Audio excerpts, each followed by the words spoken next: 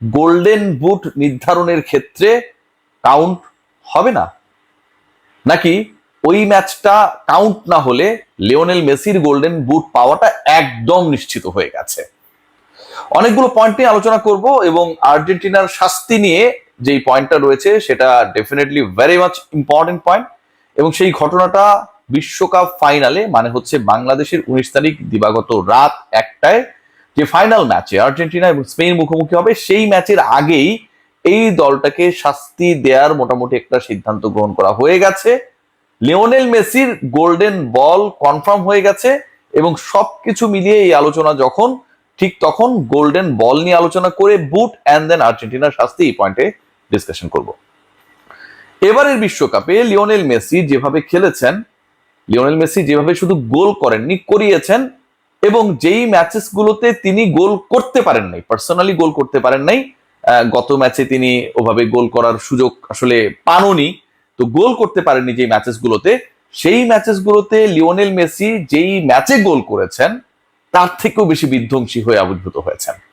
দুটা ম্যাচ নিয়ে যদি ডিসকাশন করেন, এবং এই দুইটা ম্যাচ আসলে আর্জেন্টিনার গতিপথ এবারের বিশ্বকাপে ডিসাইড করে দেয়, লিওনেল মেসির গোল্ডেন বল পাওয়াটাও নিশ্চিত করে ফেলে।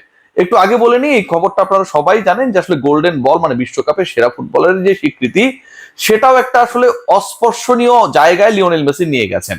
2014 এবং 22-এ তিনি গোল্ডেন বল জিতেছেন। ইতিহাসে কোনো ফুটবলার দুবার গোল্ডেন বল এর আগে জিতে নাই। এবারও লিওনেল মেসি গোল্ডেন বল নিজের করে নিয়েছেন। এখন আপনারা বলতে পারেন যে অফিসিয়াল তো এখনো হয় নাই, সেই গোল্ডেন বল হ্যান্ড ওভার হবে বা লিওনেল মেসি জিতেছে এ ব্যাপারে তো ফিফা কোনো কিছু বলে নাই। জাস্ট জানিয়ে রেখে যে ফাইনালের আগে, ফাইনাল ম্যাচের আগে আসলে গোল্ডেন বল কে পাবে সেই ডিসিশনটা মেক করা হয়।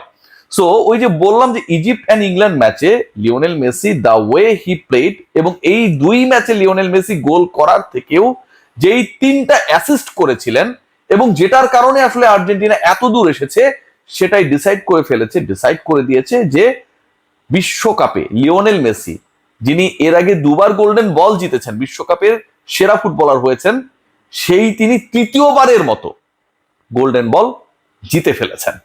মিশর ম্যাচে আপনারা সবাই জানেন যে 4 মিনিটের ক্যামিও, লিওনেল মেসি প্রথমে অ্যাসিস্ট করলেন, তারপরে গোল করলেন, যেভাবে গোল করিয়েছেন 2-0 পিছিয়ে থাকা দলটা 3-2-তে জিতে গেল এবং লিওনেল মেসি প্রমাণ করে দিলেন যে আসলে তিনি কেন লিওনেল মেসি। এখন মিশর নিয়ে অনেক আলোচনা ছিল যে মিশর তুলনামূলকভাবে দুর্বল টিম, র্যাঙ্কিং অনেক পেছনে, এরকম একটা দলের বিপক্ষে লিওনেল মেসি আর্জেন্টিনা যা করেছে সেটাকে আসলে তাকে ওই গোল্ডেন বল পাওয়ার জন্য বা বিশ্বকাপের সেরা ফুটবলার, সর্বকালের সেরা ফুটবলার কাউন্ট করার জন্য যথেষ্ট না। সো ওই স্টেজটা আসলে তৈরি ছিল সবশেষ ম্যাচের জন্য, যেখানটায় ইংল্যান্ডের বিপক্ষে লিওনেল মেসি প্রথম ম্যাচ খেলতে নামলেন। তার পুরো 21 বছরের ক্যারিয়ারে Lionel Messi was unable to play a single international match against England. ওই ম্যাচে লিওনেল মেসি কি করে সবার চোখ ছিল সেখানটায়, কারণ আগের ম্যাচে তো কিলিয়ান এমবাপ্পে কোনো কিছু করতে পারেন নাই।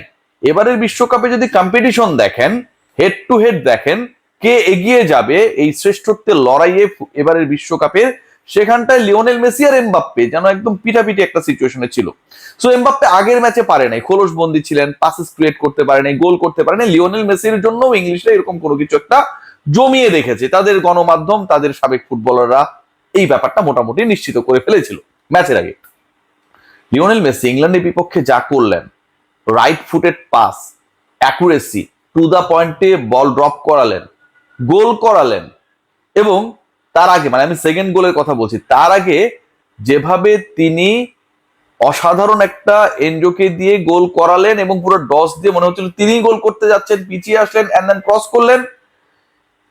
এবারের বিশ্বকাপে ওই দুইটা মোমেন্ট মাত্র 7 মিনিটের ব্যবধানে লিওনেল মেসি 85 থেকে 92 মিনিট পর্যন্ত এই ঘটনাটা ঘটালেন, সেটা ডিসাইড করে দিয়েছে রে ভাই যে লিওনেল মেসি তৃতীয়বারের মতো বিশ্বকাপের টুর্নামেন্টের সেরা ফুটবলার হয়ে গেছেন। ভোটিংটা অলরেডি ডান। এখন গোল্ডেন বুট নিয়ে যে আলোচনা, আমি শুরুতেই বলছিলাম যে কিলিয়ান এমবাপ্পে যে থার্ড পজিশনের ম্যাচটা হবে, সেই ম্যাচটা আসলে কাউন্টেবল হবে কিনা, সেখানটায় তো ইংল্যান্ড নামবে এবং ফ্রান্স নামবে। ওই পার্টিকুলার ম্যাচ নিয়ে খুব ইন্টারেস্টিং কিছু তথ্য, অনেকেই বলছেন যে এই ম্যাচের ভ্যালু নেই, এই ম্যাচে গোল করলে সেটা আসলে কাউন্টেবল হবে না এবং এই ম্যাচে গুরুত্বপূর্ণ, মানে ফুটবলাররা নাও খেলতে পারে। লিওনেল মেসি যদি কোনো কারণে হেরে যেতেন সেমিফাইনালে, আই ডু স্ট্রংলি বিলিভ যে থার্ড পজিশন ম্যাচে হয়তো মেসি খেলতেন না। কিলিয়ান এমবাপ্পে অথবা অন্য ফুটবলাররা, হ্যারি কেনরা, বেলিংহামরা, ওসমান ডেম্বেলেরা যেই ম্যাচে নামবে, এবং সেটা just before the final match, একদিন আগে, সেই ম্যাচের পারফরমেন্স গোল্ডেন বুট নির্ধারণে, মানে সেই ম্যাচে যদি কিলিয়ান এমবাপ্পে গোল করেন, এখন কিন্তু এমবাপ্পে পিছিয়ে রয়েছেন, কারণ এমবাপ্পে 8 গোল 3 অ্যাসিস্ট, লিওনেল মেসির 8 গোল 4 অ্যাসিস্ট, টপে রয়েছেন লিওনেল মেসি।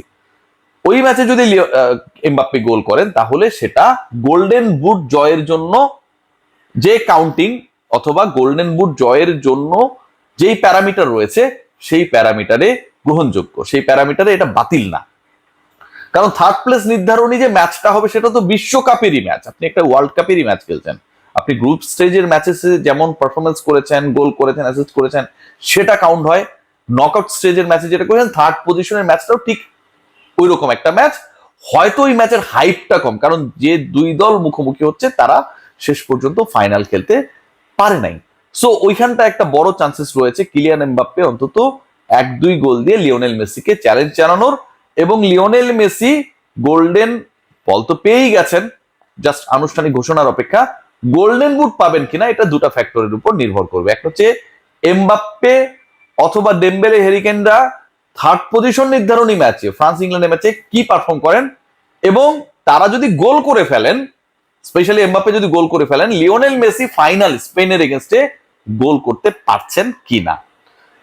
পয়েন্ট নাম্বার 2, যে আর্জেন্টিনার শাস্তির যে ব্যাপারটা নিয়ে আমি কথা বলছি, আর্জেন্টিনাকে শাস্তি মোটামুটি দেয়া হচ্ছে, কারণ ওই যে ফকল্যান্ড দ্বীপ আমাদের সেই পতাকা নিয়ে, সেই ব্যানার নিয়ে উদযাপন করেছিলেন ফুটবলাররা, যেটা ফিফা স্ট্রিক্টলি নিষিদ্ধ করেছিল। এরকম কোনো কর্মকাণ্ড কোনো দল করতে পারবে না, কোনো পলিটিক্যাল অ্যাফিলিয়েশন ফিফা টুর্নামেন্টের মাঝখানে তারা কোনোভাবে দেখাতে পারবে না। এখন এই পয়েন্টের যে অ্যান্সারটা, সেটা খুব ক্লিয়ার কাট, যে এটার শাস্তি হচ্ছে, এবং ফিফা এটা তদন্ত শুরু করেছে। শাস্তি যেটা অ্যাকর্ডিং টু দ্য লস, এখন পর্যন্ত বিভিন্ন গণমাধ্যম, মানে ন্যাশনাল ইন্টারন্যাশনাল, জানা যাচ্ছে যে $5,000 to $20,000 শাস্তি হতে পারে। মানে সর্বোচ্চ শাস্তিও যদি হয়, AFA, আর্জেন্টিন ফুটবল অ্যাসোসিয়েশন, তাদেরকে মানে অ্যাকর্ডিং টু দা, মানে কি বলবো, ম্যানুয়াল বা অ্যাকর্ডিং টু দা বাইলস, যে এরকম একটা ঘটনা ঘটলে আসলে কি শাস্তি হতে পারে, বাংলা টাকায় 30 লক্ষ টাকা সর্বোচ্চ শাস্তি হতে পারে। সো এটা নিয়ে টেনসড হবার অথবা হতাশ হবার আমি কোনো কারণ দেখি না। সো যে স্টোরিটা দাঁড়াচ্ছে, সেটা হচ্ছে আলটিমেটলি লিওনেল মেসির গোল্ডেন বল হয়ে গেছে, আর্জেন্টিনার শাস্তি হচ্ছে এটা মোটামুটি নিশ্চিত। গোল্ডেন বুট পাবার যে লড়াইটা, সেটা ডিপেন্ড করবে এমবাপ্পে এবং অন্যদের পারফরমেন্স থার্ড পজিশন নির্ধারণী ম্যাচে কি থাকে, এবং তারা ভালো করলে লিওনেল মেসি স্পেনের বিপক্ষে গোল পান কিনা। But I do strongly believe এবারের বিশ্বকাপে গোল্ডেন বল, গোল্ডেন বুট এবং ব্যালন ডিওর, যেটা আসলে বিশ্বকাপের পারফরমেন্সে ভিত্তিতেই বিশ্বকাপের বছরে নির্ধারিত হয়, সেটাও লিওনেল মেসি পেতে যাচ্ছেন। সবাই ভালো থাকবেন।